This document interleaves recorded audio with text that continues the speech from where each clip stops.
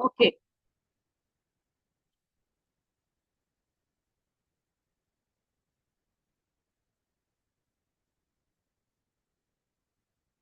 तो आप देख सकते हो।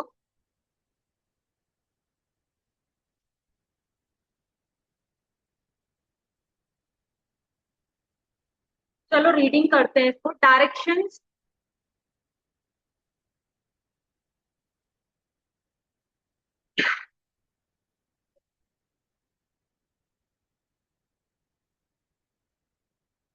भैया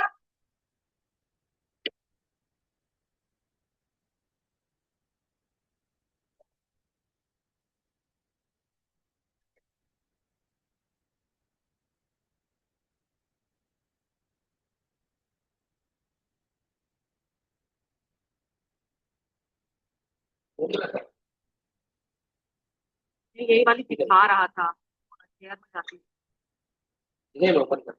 हाँ करो, फोल्डर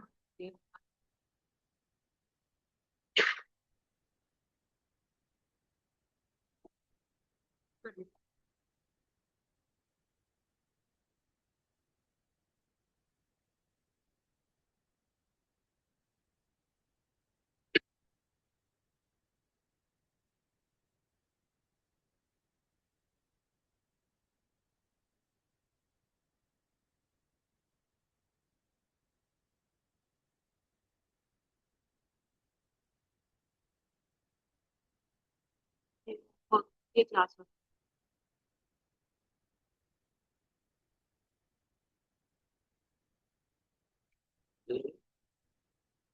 हाँ, ये वाली लाइट की वजह से बंद कर दो। और वो देखो ना, ये वो मैंने से ये बंद हो गया, चेक करके ऑन नहीं होगा।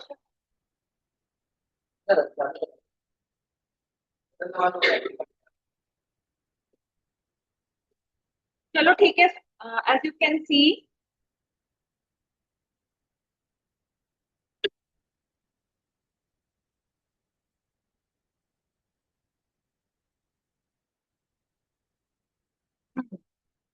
आप देख सकते हैं स्क्रीन पे।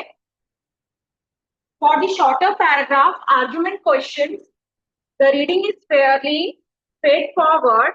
Just read the paragraph from beginning or end. Pay close attention to every word and be prepared to do a careful reread after you look at the question. For longer passages, approaches to reading need to be more cautious and strategic. Obviously, you want to pace your reading properly so you can finish RC in a reasonable amount of time. तो यही हमारी strategy रहनी चाहिए. We need to finish our passage in appropriate time so that we will be able to solve all the passages uh, included in the section in each section. Okay, because we will encounter passages in each of the sections related to class. Okay, and IPM only in English section. So, but RC success isn't a mere matter of reading quickly. In fact, there is no point in being fast if you are not getting the questions right and nailing the first few reading comprehension questions, but then running out of time for the rest of the section won't do much for your overall score. So what you have to do is not just fast reading is enough, you have to comprehend the passage properly so that you will be able to answer all the questions. So you need a strategy that lets you work quickly and accurately. 4 methods of reading and information processing include skimming, scanning, speed reading, and critical reading. As we have already discussed all these things, skimming, casual reading, okay, not serious, but fast. Scanning, fast reading, but in order to note down all the important facts. Then you have to, along with, you have to go very you have to do speed reading also and critical reading so that you will be able to comprehend, infer whatever facts have been given. We learned about skimming and scanning techniques in the earlier lessons also. Let's have a quick review. Skimming. Skimming is a reading technique used here to quickly identify the main ideas and thoughts of a passage while under time constraints, especially if it's subject matter with which you are unfamiliar. Skimming is a form of speed reading that involves scanning. So, in this section, they are telling that skimming falls under scanning falls under skimming only. That's why they have mixed it, and they are telling you that fast reading and capture the main points of the passage. Scanning sentences and paragraphs for clues to understanding, uh, mainly used to get an overall feel for the context. In skimming, you should try to identify the meaning or purpose of the passage, the information provided in the passage, the central theme, separate the main ideas from supporting ideas. Yes. Read the passage. As you read, make mental notes or on main ideas, key points and information and key words. This will help you and save your time. You won't have to go back and forth in order to find out the answers. Step three is sum up the information. Try to summarize the passage and track the details as you move through the material. These techniques work especially well if you tend to lose concentration as you read. Remember, you don't need to write down or remember every detail and key point. You just need to know where to find them. Learn to read critically. To be a critical reader, you must think critically.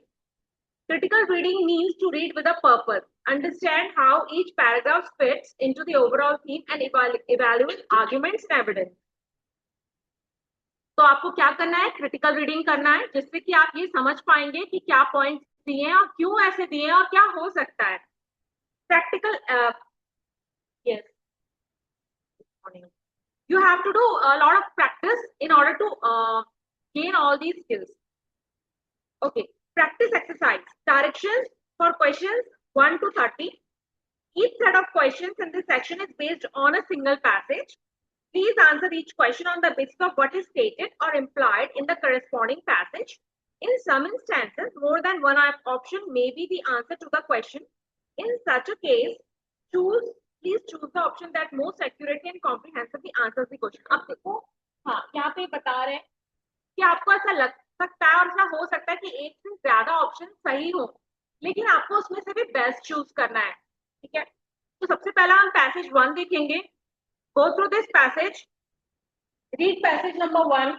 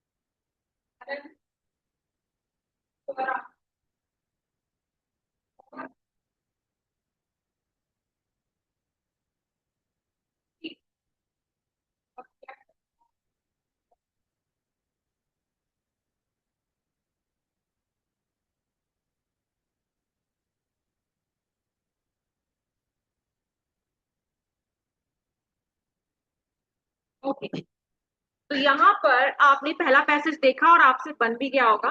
चलो इसको discuss करते हैं। What is the main point of the passage? तो यहाँ दो चार options दिए हैं, चारों में से आपको कौन सा सही लग रहा है? मुझे दो आवाजें आ रही है, सी, डी और बी लग रहा है। तो बी लग रहा है, पास्ट रिस्पॉन्सेज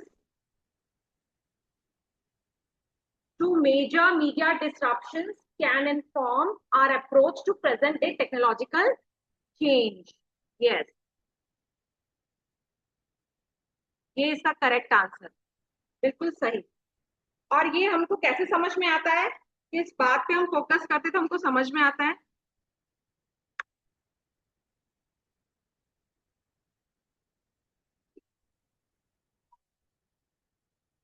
इसको पढ़ेंगे अगर यहाँ पर तो हमें समझ में आ जाएगा। ठीक है ना? Good.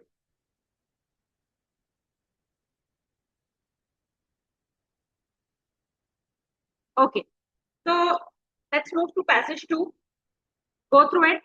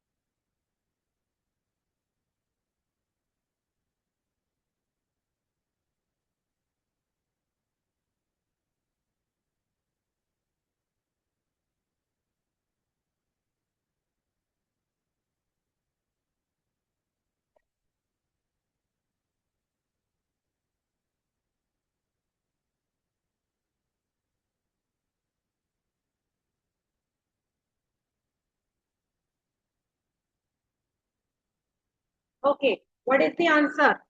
The primary purpose of the author is to A. बाकी क्यों नहीं होंगे? बी सी डी क्यों नहीं है?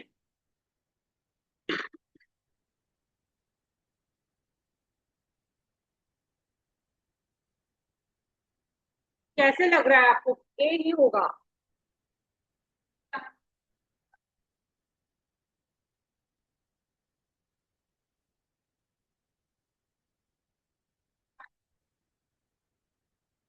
हम्म।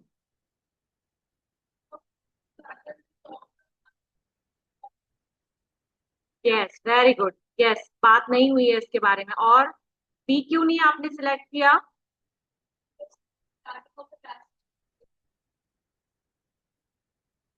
और कहीं नहीं लिखा है कि कंज्यूमर्स रिलाई मेनली ऑन। ये तो कहीं मेंशन नहीं है कि वो किस पे रिलाई करते हैं। और डी क्यों नहीं लिया?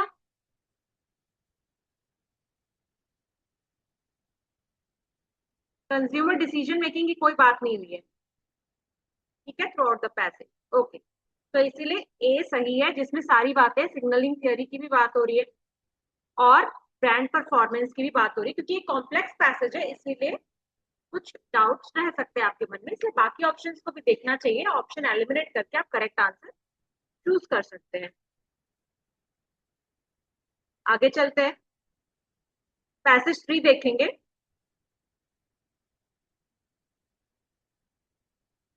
गो थ्रू पैसेज नंबर 3।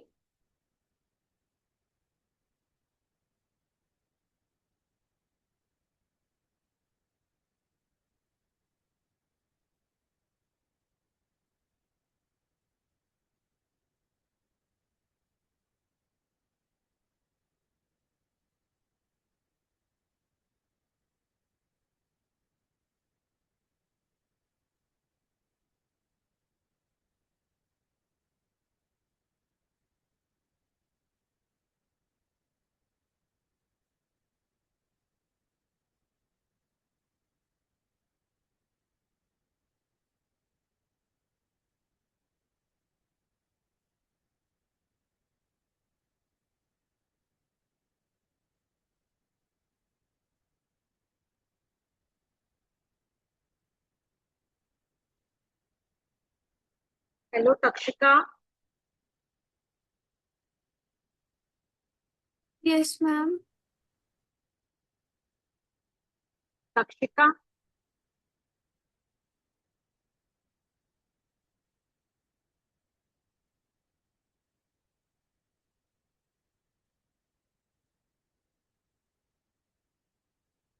हाँ तक्षिका, आपने होमवर्क किया?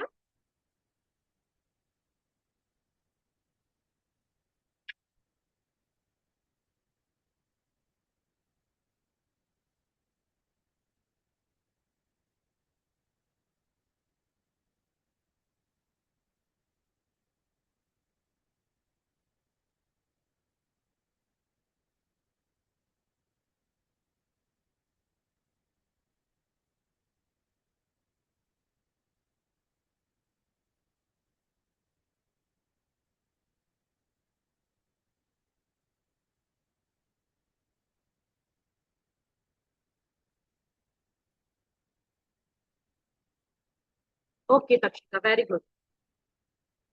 पूरी क्लास अटेंड कर लेना, तुम क्लास आओगी क्या?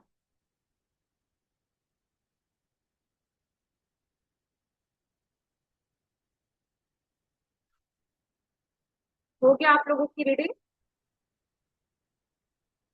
ओके,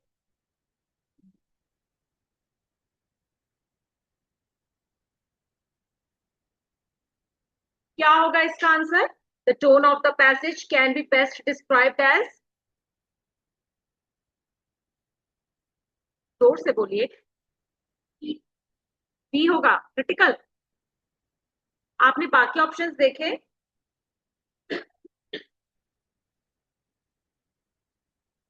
आ, बताओ कौन बताएगा, रिफ्लेक्टिव क्यों नहीं? आप मुझे एक बात बताइए, जब हम टोन देखते हैं ऑथर की, तो हमें कैसे पता चलता है कि ऑथर की टोन कैसी है? कौन बताएगा? मैंने बताई है ये वाली बात, पहले हम इस पर बात करते हैं क्योंकि एक डिफरेंट क्वेश्चन है। एक छोटी सी पैसेज दी हुई है और हमको उस पैसेज में से ये बताना है कि ऑथर की टोन कैसी है। ये आ सकता है एग्जाम में भी, 5 पैराग्राफ से किसी पैसेज में और किसी पर्टिकुलर पैराग्राफ को पॉइंट आउट करके क्वेश्चन पूछा जा सकता है कि in the 5th paragraph of this passage author की क्या टोन है, प्लीज बताइए कैसी टोन है। तो बताओ कौन बताएगा, हम कैसे सिलेक्ट करते हैं, हमें कैसे ऑप्शन को चूज करना होता है, हम किस बेसिस पे चूज करते हैं कि क्या टोन है ऑथर की।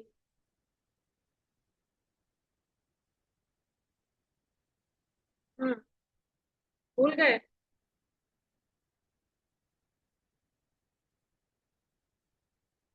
देखो, जब कभी हमको ऑथर की टोन के बारे में फोकस करना होता है कि क्या टोन है ऑथर की, तो उसके लिए हमको क्या करना है कि उनके जो वर्ड्स और स्टेटमेंट्स होते हैं वो हमको थोड़े से फोकस करने होते हैं कि वो हमें वैसे ही पता चलेगा, और कैसे पता चलेगा कि कैसी टोन है। तो हमको देखना होता है कि ऑथर ने किस तरीके से बात लिखी है, तो उससे हम फिर बाकी ऑप्शंस को भी देखते हैं और फिर हम डिसाइड करते हैं। जैसे यहाँ पर आप देखो इस पैसेज में, आपको क्या लग रहा है ऑथर कैसी बात कर रहे हैं, मतलब बहुत नॉर्मल बात कर रहे हैं या कुछ एक मेन मुद्दा उठा रहे हैं, और वो मुद्दा उठा भी कैसे रहे हैं, तो नॉर्मली उठा रहे हैं, बहुत ही कैजुअली उठा रहे हैं, या फिर ऐसा लग रहा है कि वो कुछ कहना चाह रहे हैं ऐसा जो प्लस माइनस दोनों बातें कर रहे हैं। ठीक है, यहाँ पर आप देखिए, winning the support of older voters में be politically effective, but when the PM spoke of ushering in a new era, it was little more than wishful thinking.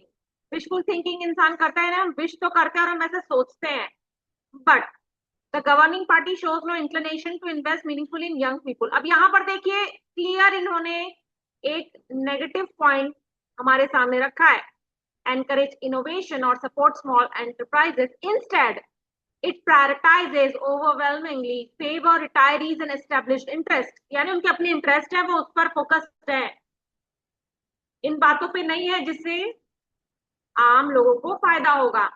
ठीक है, अब यहां तक हमको समझ में आ जाता है कि ऑथर जो है कुछ ऐसा कहना चाह रहे हैं जो, मतलब वो आवाज उठा रहे हैं कि जो चीज नहीं हो पा रही है उसके रिगार्ड में। Over the past decade, leaders who once promised hard work and long-term renewal now oversee a sluggish, state-heavy system. अब यहाँ फिर नेगेटिव बात। ठीक है, their frustration is evident in increasingly hostile reactions. कहीं पे भी ऑथर ने कोई पॉजिटिव बात बोली ही नहीं है इस पैसेज में। ठीक है, अब ऊपर देखते हैं क्या है,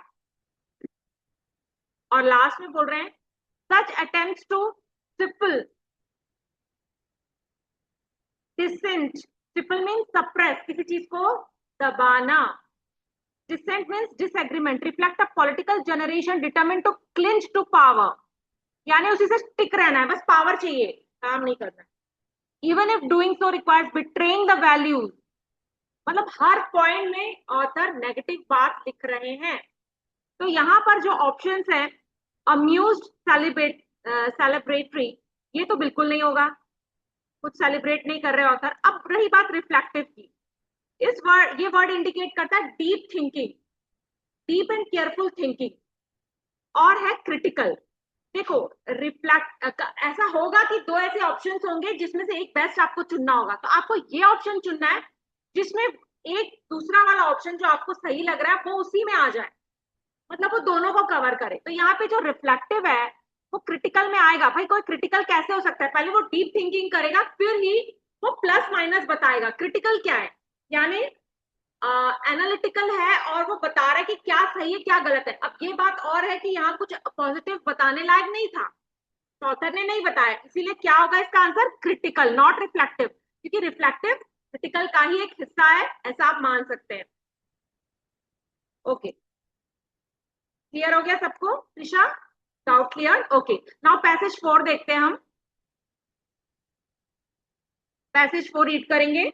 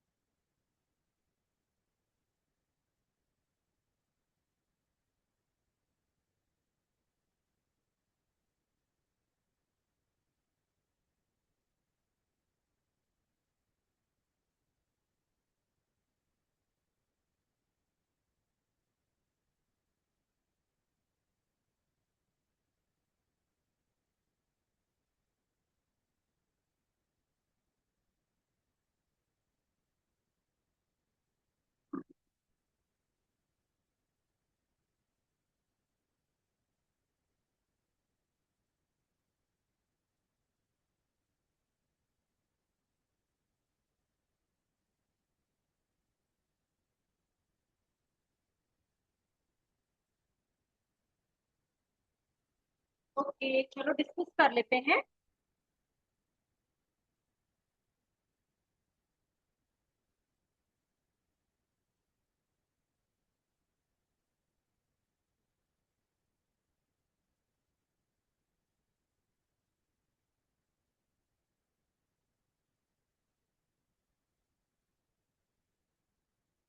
ठीक है, तो यहाँ पहला क्वेश्चन है, we can infer that the passage is primarily about, यानी यहाँ पर ये मेन आइडिया पूछ रहा है। क्या होगा इसका answer? D for Delhi, B for ball. How many of you agree with Delhi? And how many of you option B ball? There is some confusion. क्यों है ऐसा? आप लोगों को क्यों लग रहा है कि B होना चाहिए?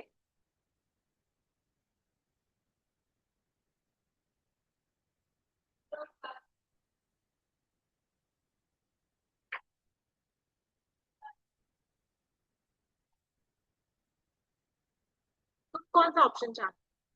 B for ball. ओके, तो तुम ये कह रही हो कि B में क्या दिया हुआ है? अच्छा, ठीक, तुमको ये लग रहा है कि सारी बातें हुई हैं। ठीक है, और जो ऑप्शन डी चाहते हैं उनको क्या लग रहा है और क्यों लगता है उनको डी होना चाहिए?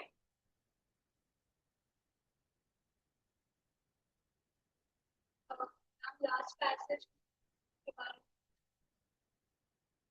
क्या बताया है?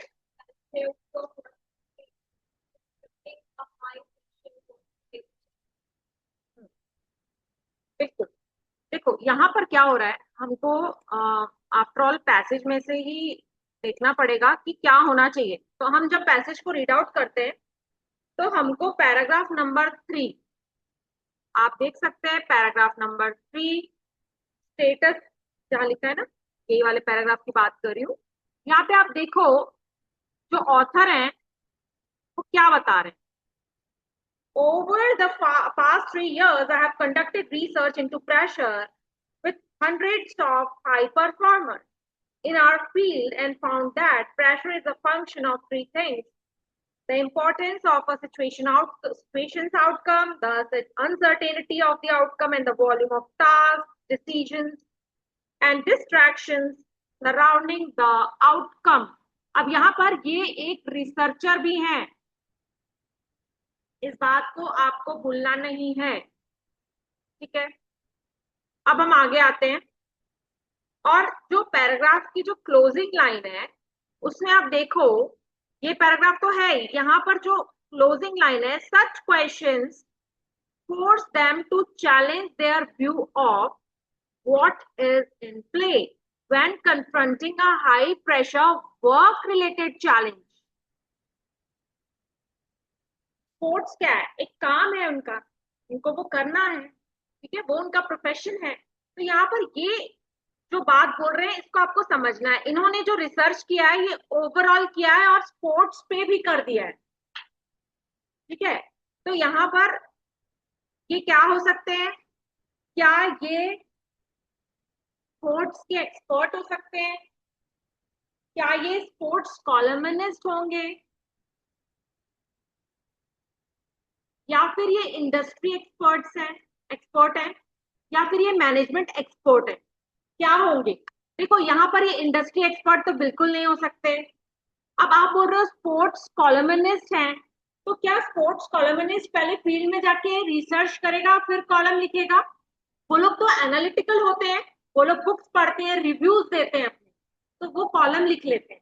तो यहाँ पर जो ऑथर है वो क्या होने के चांस ज्यादा है? यस, मैनेजमेंट एक्सपर्ट, की मैनेज कैसे किया जाए।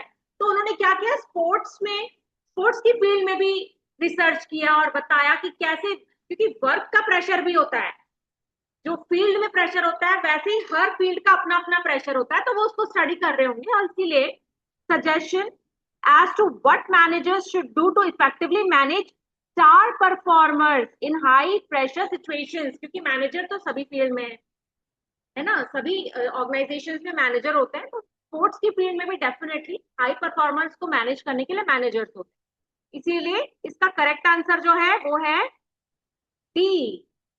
ठीक है, next question. With respect to Geir Jordan's study about penalty kick, identify the correct statement. Okay, C, yes, it is the correct answer. और आपको कैसे पता चला, कौन से पैराग्राफ में इसका डिस्कशन हुआ है? वेरी गुड, सेकेंड पैराग्राफ में ये डिस्कस हुआ है। ठीक है, अब नेक्स्ट देखते हैं। Identify the correct statement regarding what star performance should do when under pressure.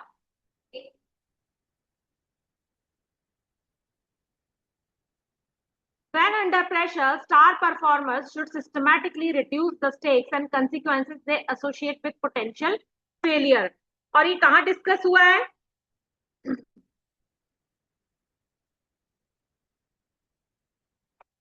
Fourth para में डिस्कस हुआ है ये देखो, ये देखो यहाँ, ये पूरा बोला गया है। ठीक है, इसको मार्क कर लें, यहीं पे बात हुई है। नेक्स्ट क्वेश्चन देखते हैं, question number 7। Which of the following can be correctly inferred from the passage?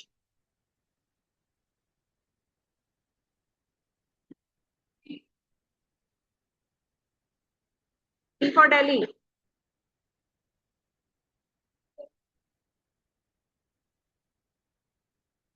आपको ये लग रहा है, कैसे पता लगाएं कि यही सही है? How can you deduce this answer?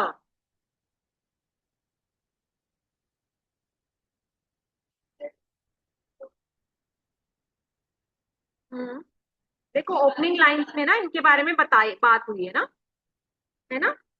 Simon Biles and Naomi Osaka have shown the story is not so simple. While success does indeed breed confidence, it can also increase visibility, multiply expectations, and raise pressure to unhealthy levels.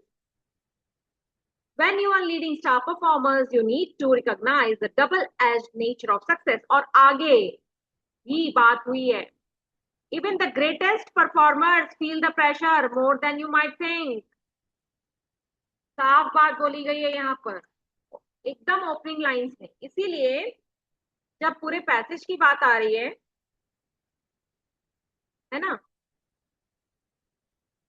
तो यहाँ पर ये जो बातें बोली गई है but have recently opted out of high stakes, ऐसी कोई बात वहां नहीं बोली गई है। यही सही है। और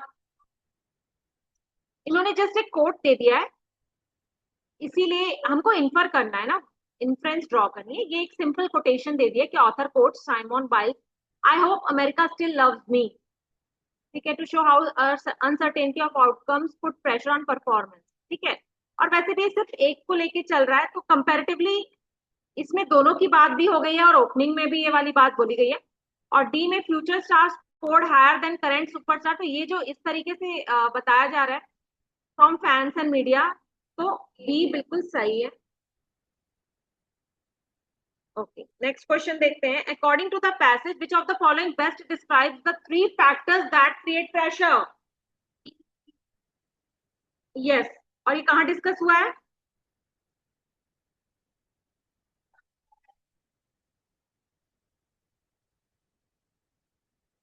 हाँ, यहाँ हुआ है ना डिस्कस।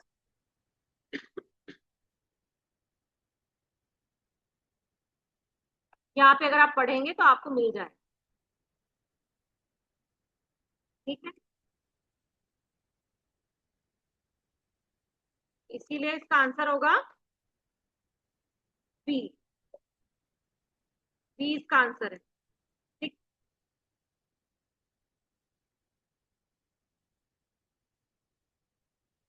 पैसेज 5 देखेंगे।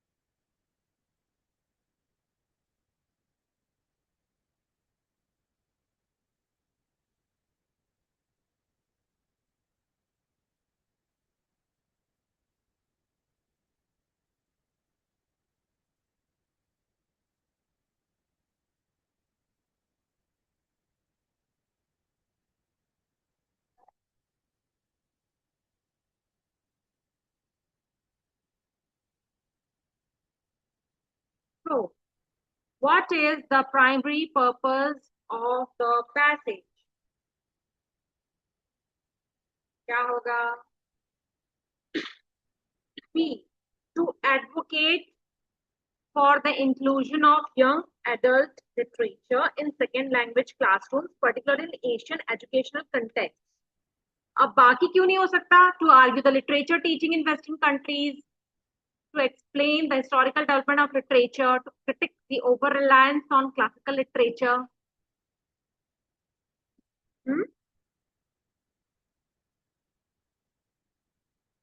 क्योंकि फर्स्ट पैराग्राफ से तो हमें उतना क्लियर नहीं समझ में आता, क्योंकि मेन आइडिया की बात कर रहा है, प्राइमरी पर्पस मतलब। जब हम पढ़ते हैं सेकेंड पैराग्राफ में आते हैं तो यहीं पर इंट्रोड्यूस हो जाता है, particularly in Asian countries such as China and Japan, the use of literature in foreign language classroom is not a novel phenomenon.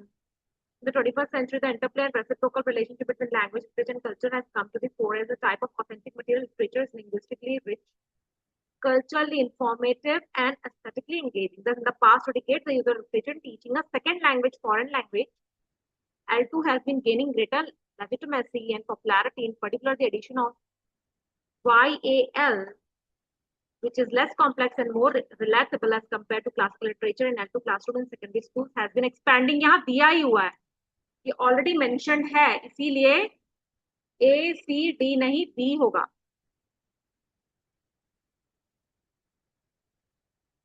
ठीक है, नेक्स्ट क्वेश्चन है, we can infer from the passage that the teaching of literature in L2 classrooms benefits a learner in all of the following except. किसने B भी बोला? नहीं बोलना था ना, यहाँ देखो पैसेज में पूरा दिया हुआ है, आप देख सकते हो यहाँ पे जो फायदे इनके बताए गए हैं. सबसे पहला फायदा ये है, फर्स्ट एंड फॉरमोस्ट दिया है कंटेक्स्ट तक. उसके बाद सेकेंड वाला फायदा ये दिया है ना, पढ़ रहे हो, ये हो गया. उसके बाद तीसरा फायदा यहाँ से थर्ड, ये ठीक है, यहाँ से शुरू होता है और ये यहाँ तक जाएगा, लैंग्वेज लर्निंग यहाँ तक. ठीक, और जब इसको पढ़ लोगे ना आप, तो आपको समझ में आ जाएगा कि कौन सा ऑप्शन होगा.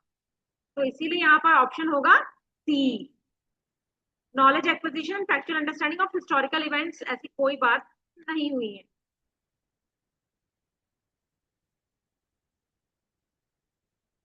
Next question, from the third paragraph we can infer that the use of literature in L2 classrooms helps develop students' language because of all of the following except.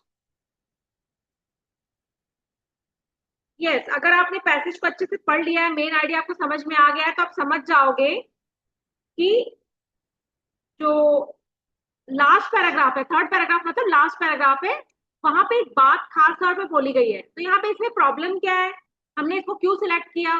बाकी चीजें तो मेंशन नहीं, सही है, थ्रू आउट द पैसेज इन्हीं के बारे में बात हुई है, ये सब सही है, फायदे की चीज है. लेकिन हम ये क्यों बोल रहे हैं कि ये ऑप्शन में क्या प्रॉब्लम है? कौन बताएगा? आपने इसको क्यों चूज किया?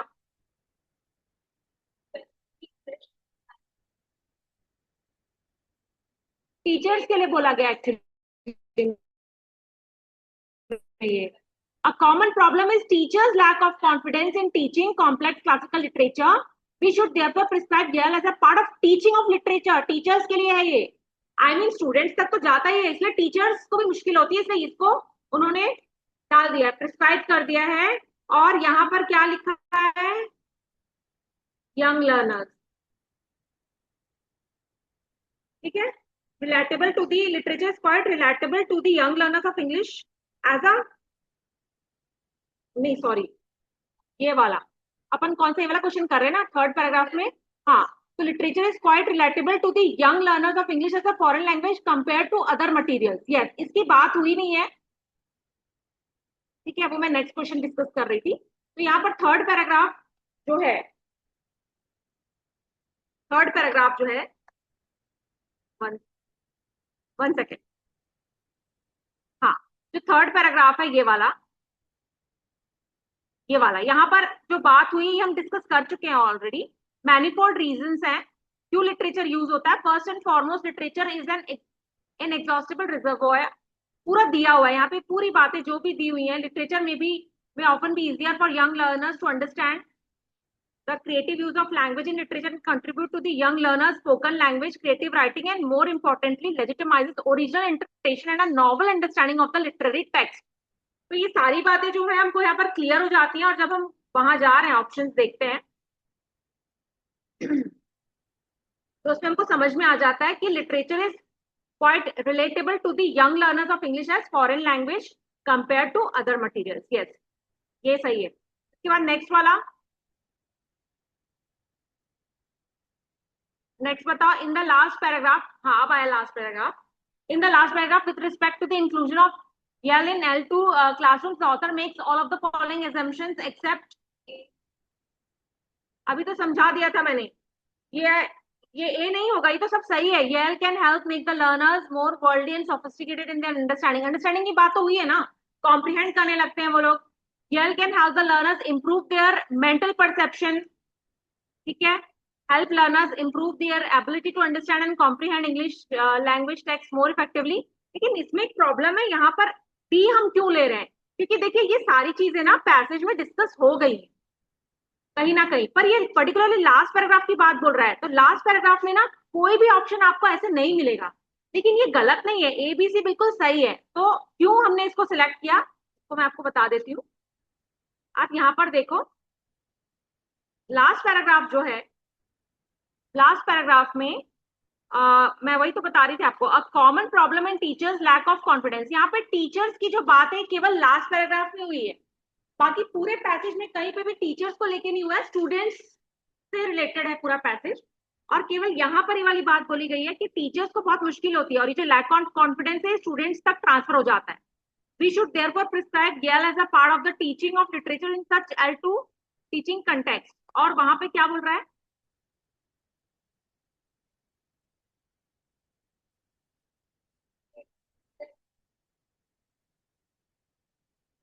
हम्म,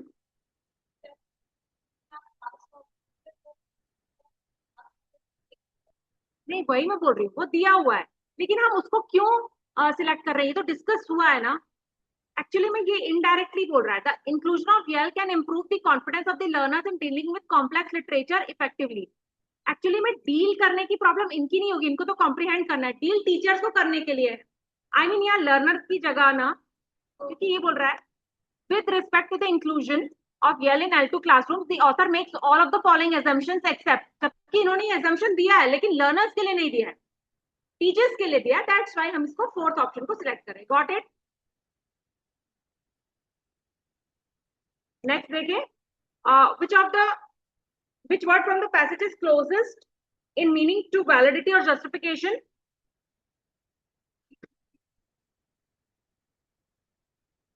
Legitimacy is used in the phrase the use of literature in teaching has been gaining greater legitimacy।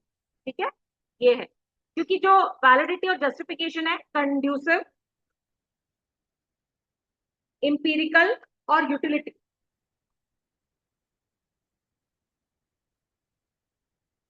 तो यहाँ पर इसका मतलब है हेल्पफुल,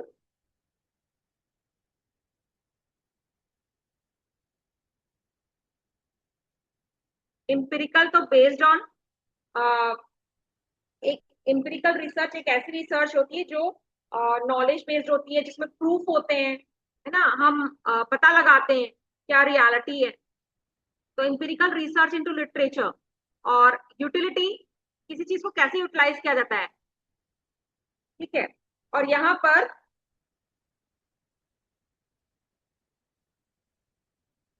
सेकेंड पैराग्राफ में आप देखिए,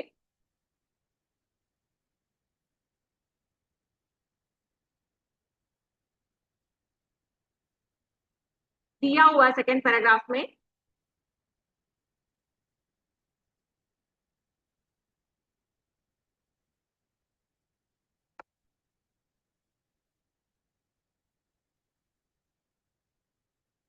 In the past 2 decades, the use of literature in teaching has been gaining greater legitimacy and popularity. जिससे हमको समझ में आता है कि इस पैराग्राफ में जो बात हुई है वो जस्टिफाई करने के लिए हो रही है, प्रूव करने के लिए हो रही है कि उसके क्या फायदे हैं, येल को L2 क्लासरूम में क्यों इंट्रोड्यूस किया गया है, ठीक है, जबकि बाकी utility, literature has more utility to it than is normally known, इससे कोई मतलब नहीं है, कोई कनेक्शन नहीं निकलता। और empirical research into literature gaining currency, इसकी बात लास्ट पैराग्राफ में हुई है, इससे भी कोई लेना देना नहीं है। रिसर्च करने से हमें धीरे धीरे पता चलेगा क्या चीज सही है क्या चीज गलत है, लेकिन क्योंकि इसको इंट्रोड्यूस कर दिया गया है यानी ऑलरेडी इस पर रिसर्च कंप्लीट हो गई है, तो जस्टिफाई करता है, वैलिड है, ठीक है, इसीलिए हमने बी ऑप्शन चुना है। ठीक, नेक्स्ट पैसेज देखिए, पैसेज 6।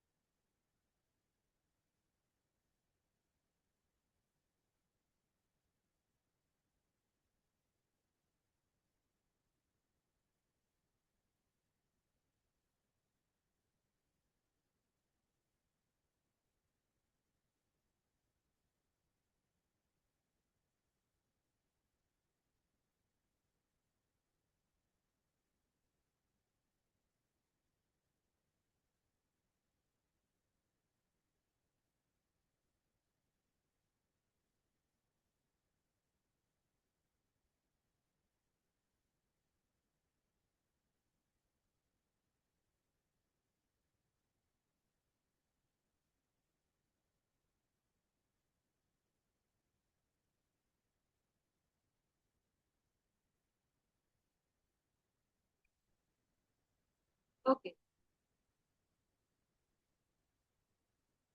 फिर पहला क्वेश्चन भाई, what is the primary purpose of the passage? P कैसे आइडेंटिफाई किया आपने? पी होगा।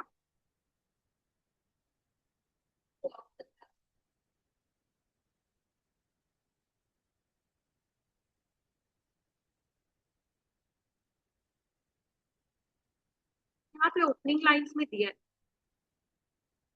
there's more than one way to burn a book, wrote Ray Bradbury in his anti-censorship class.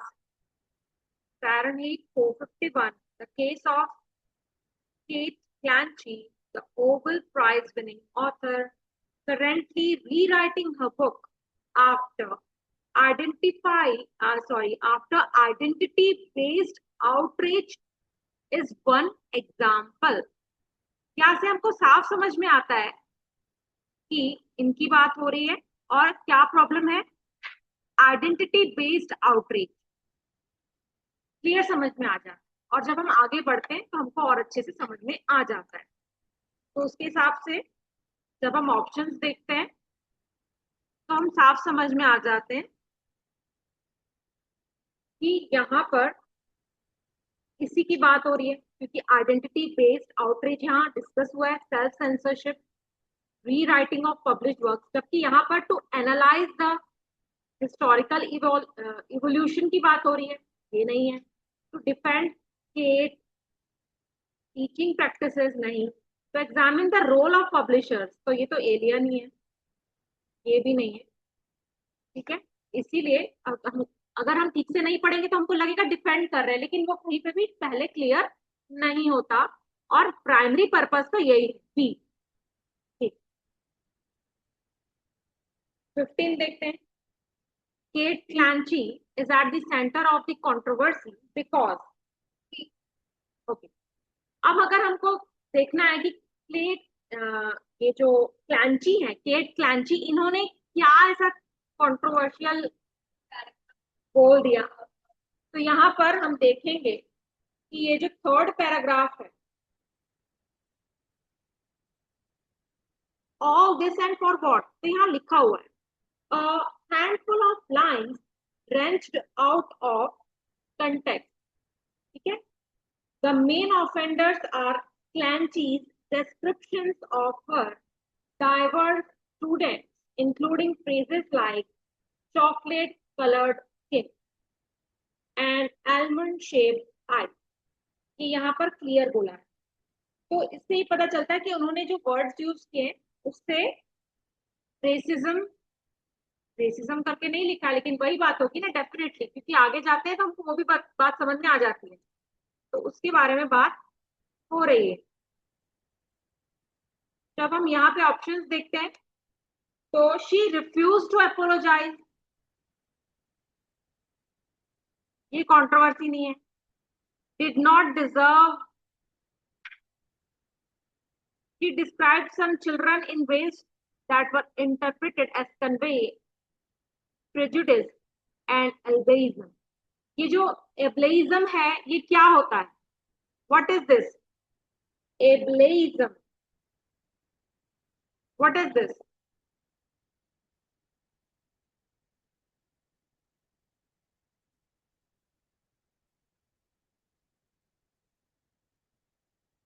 It is discrimination against, किनके against होता है? Disabled people.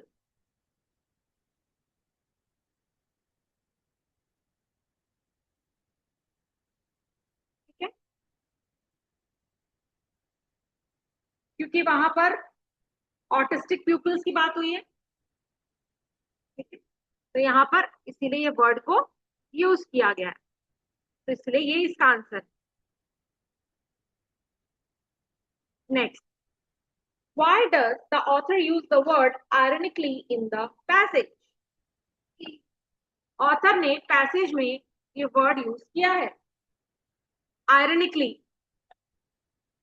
Third paragraph में है। Third paragraph में आप देख सकते हैं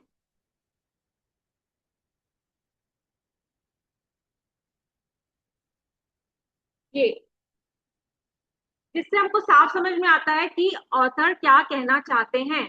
Ironically, when it won the Orwell Prize, some kids was described by judges as moving, funny, full of love and offering sparkling insights into modern British society.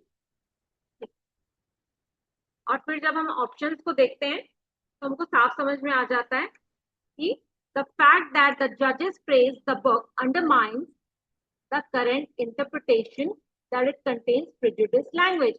यानी जजेस ने जब वो केस हाथ में लिया होगा तो उन्होंने जो बात बोली उससे जो बातें उभर के आ रही है वो उनको क्या करते हैं, वीक कर देता है, अंडरमाइन कर देता है. तो यही वाली बात ऑथर पूछ रहे हैं कि आयरनिकली क्यों उन्होंने वो वर्ड यूज किया, तो यही वाली बात के लिए किया है.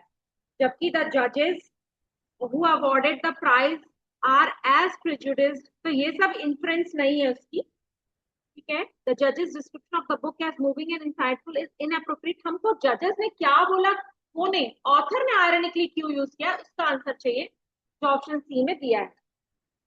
और ए ऑप्शन में भी दिया है कि Clancy's book should not have won the prestigious Orwell Prize given the prejudiced language. तो यहाँ पर ironically उसके लिए यूज नहीं हुआ है, ये तो सब इन्फ्लुएंसेस ड्रॉ कर दिए इन्होंने कि ऐसा होना चाहिए वैसा होना चाहिए. ठीक है, नेक्स्ट क्वेश्चन देखें.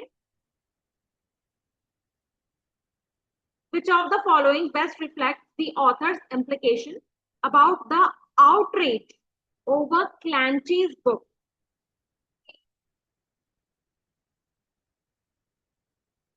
ये डिस्कस कहाँ हुआ है, कौन से पैराग्राफ में हुआ है डिस्कस? यस, बिल्कुल सही. क्या लग रहा है आपको, 17 का ए लग रहा है?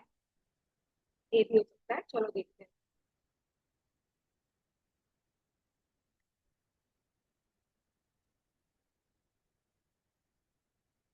हाँ, तो फोर्थ पैराग्राफ में पहले हम पढ़ लेते हैं उसको. यहाँ लिखा है कि the British publishing world seems to be importing the identity based culture wars that have been raging in America. As you might be well aware that America में एक प्रॉब्लम है, वो है रंग भेद, रेसिज्म. ठीक है, तो वहां पर काला गोरा इस तरीके से ऐसे डिस्क्राइब करते हैं. तो क्योंकि वो वेस्टर्न कंट्री के हैं तो वो मानते हैं कि वो गोरे हैं, भले ही उनका रंग वैसा ना भी हो. रंग मतलब वो ये मान रहे हैं कि जो आ, उनके देश का नहीं है वो काला है. तो यहाँ पर ये जो रंग भेद कहाँ से आया, उसकी बात यहाँ पे हुई है. और इसीलिए आप ऑप्शंस देखेंगे जब, the outrage over the book's language exploded now because the publishing team's failure in spotting the language. अब होता क्या है कि पब्लिशिंग टीम को वैसे ही दिक्कत नहीं होगी जैसे जजेस को नहीं हुई, तो उन्होंने ऐसा कुछ स्पॉट आउट नहीं किया होगा, लेकिन ये उन पर डाल देना ये भी गलत. मुद्दा क्या है, मुद्दा ये है कि हुआ क्या है. The British are now overly particular about identity based language because they have adopted questionable ideas from America. ये बात जो है पैसेज में दी हुई है, इसीलिए ये इसका आंसर है.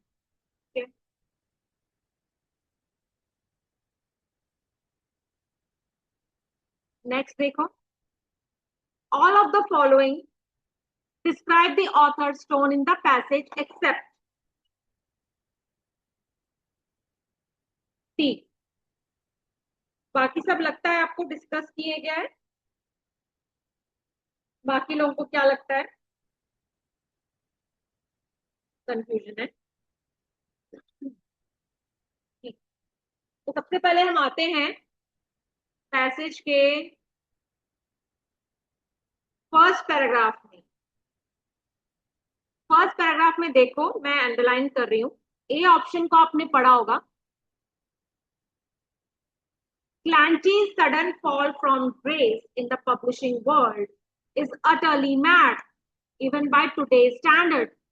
आपको क्या लगता है ऑथर क्या शो कर रहे हैं? ऑथर यहाँ पे क्या हो रहे हैं, बायस्ड हो रहे हैं. Biased in favor of Clancy and critical of those who have denounced her book for prejudiced language. तो वहां पे वो क्रिटिसाइज कर रहे हैं उन लोगों को कि ऐसा नहीं होना चाहिए. ठीक है. उसके बाद पहला पॉइंट जस्टिफाई हो गया. अब उसके बाद हम आगे बढ़ेंगे, थर्ड पैराग्राफ में आएंगे. थर्ड पैराग्राफ में जब हम आते हैं तो हमको जो इसकी क्लोजिंग लाइन है, Clancy has actually nurtured pupils and helped get their poetry published. To suggest she's some hate monger is ridiculous. Hate monger कौन होते हैं? Who spreads hate. तो जो ऑप्शन क्वेश्चन में दिया है, appreciative of Clancy's contribution to nurturing students and helping them get their poetry published and recognized. Appreciate कर रहे हैं ऑथर, justify होता है, सही है, दिया है पैसेज में. उसके बाद ऑप्शन नंबर सी को अगर हम देखें तो फोर्थ पैराग्राफ में दिया हुआ है, but the lack of reaction back then was because even a few years ago people were less given to bouts of baseless hysteria than they are today. ठीक है, मतलब जब चाहिए तब नहीं. तो इस हिसाब से उन्होंने बस बोल दिया sarcastic when suggesting that identity-based culture wars are precisely what Britain needs during difficult pandemic times. ठीक है, इसीलिए इसका आंसर होगा टी, क्योंकि ऑथर कहीं पे भी ऐसा शो नहीं कर रहे. Apologetic toward those offended by the language in Clancy's book and understanding of their emotional anguish. Anguish मतलब suffering.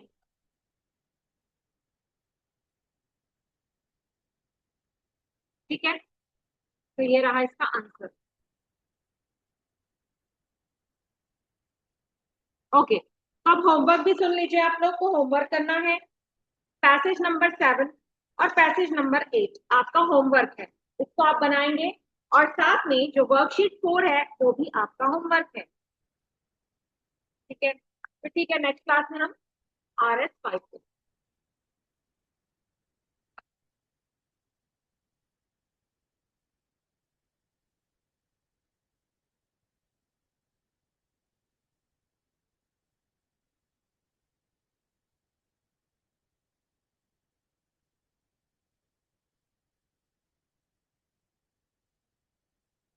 Any doubt?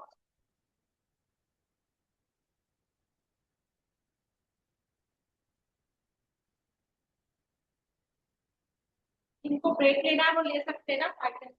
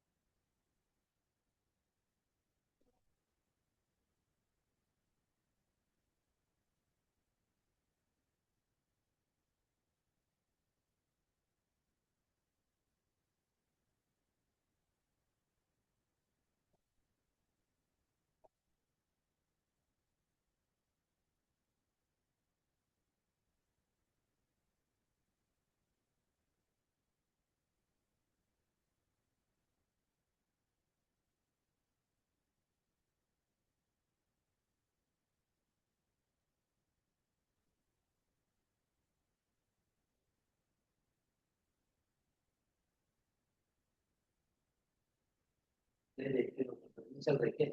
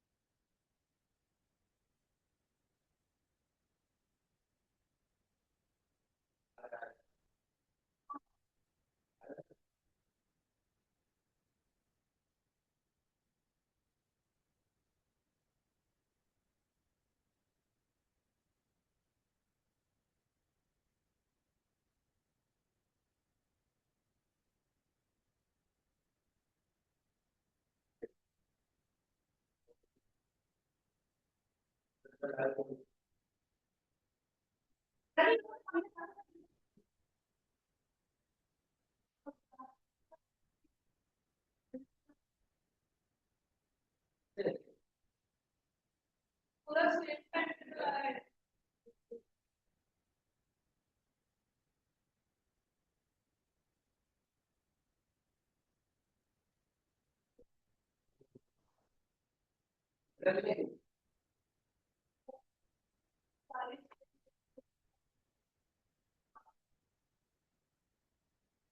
देगा और 15,000 रुपये तो दिखा दिखा 15,000 रुपये